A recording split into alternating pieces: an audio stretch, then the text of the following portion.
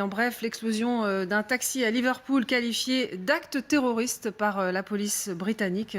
Un taxi a explosé hier soir devant un hôpital pour femmes à Liverpool. Toujours à l'étranger, l'Union européenne va durcir les sanctions contre la Biélorussie. Elle affirme ne pas vouloir de conflit avec la Pologne, mais se voit sanctionnée pour avoir encouragé l'arrivée de milliers de réfugiés à la frontière polonaise. Explication de Suzanne Press.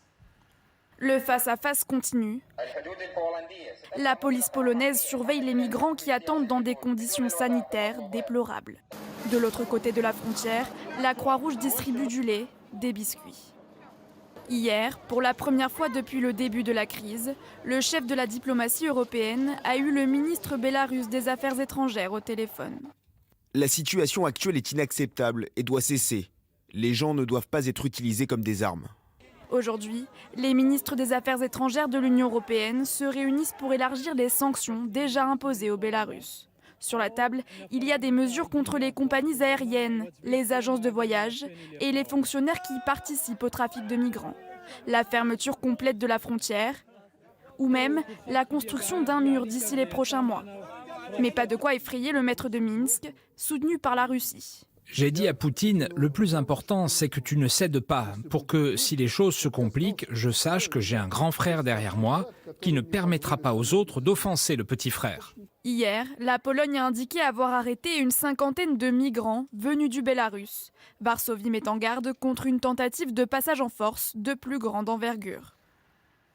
Peut-être le regarderez-vous un peu différemment désormais. Le drapeau français n'est plus tout à fait de la même couleur. Le bleu est plus profond et c'est l'Élysée qui a décidé ce changement. Bonjour Paul Aruturo. Bonjour. C'est vous qui avez débusqué cette information Oui, tout à fait. pour LCI. Exactement. C'est un changement qui n'est pas qu'esthétique. Non, exactement. En fait, pour bien comprendre la situation, il faut que je vous présente d'abord qui est l'homme qui a utilisé. Il s'appelle Arnaud Jolins. C'est le scénographe du président. Peut-être qu'on va avoir une photo tout à l'heure. Là, on voit les deux drapeaux. Est-ce que peut-être qu'on a une photo d'Arnaud Jolins avec le président de la République? C'est pas grave, vous la verrez tout à l'heure.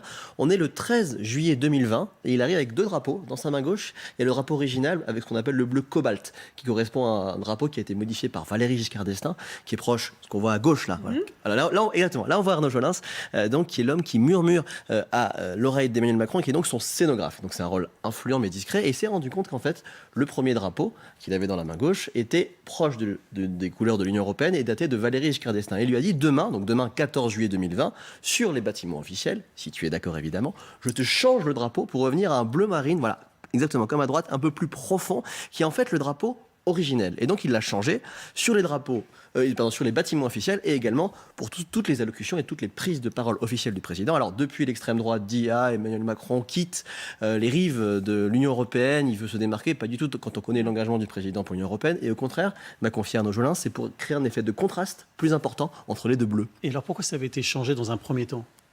Parce si que effectivement la couleur reprend la couleur européenne. Parce qu'initialement, Valéry Giscard d'Estaing, lui, voulait rapprocher le drapeau français des couleurs du drapeau européen. Il voulait mettre un peu plus d'Europe dans la France, en 1974. Et donc Emmanuel Macron, avec son scénographe, peut